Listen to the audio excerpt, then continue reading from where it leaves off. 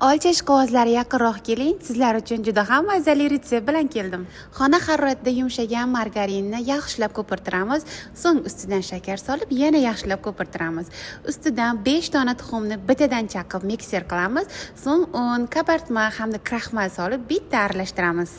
Tayyor xamirimizni bitta 20 diametrli qolipga soldim. Siz xohlagan razmeringizga buni 2-3 barobar ko'paytirib solishingiz ham mumkin.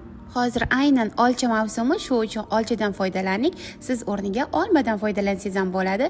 Olchaga suvlari chiqib ketmasligi uchun kraxmal bilan aralashtirib oldim. Pirogimiz pishib chiqqach, siz sirop solishingiz ham mumkin. Men esa olchadan konfet tayyorladim. Buning uchun retseptda yozilgan barcha masalliqlarni gazga qo'yib bitta qaynatib, pirogimiz ustidan solib chiqdim. O'zi osongina, lekin mazasi og'zingizga yoqadigan pirogimiz tayyor. Bundan-da oson va mazali pishiriqlar retseptini o'rganmoqchi bo'lsangiz, menga obuna bo'lib qo'yishni unutmang. Ha, aytgancha bu retseptni olcha sevar yaqiningizga albatta jo'natib qo'ying.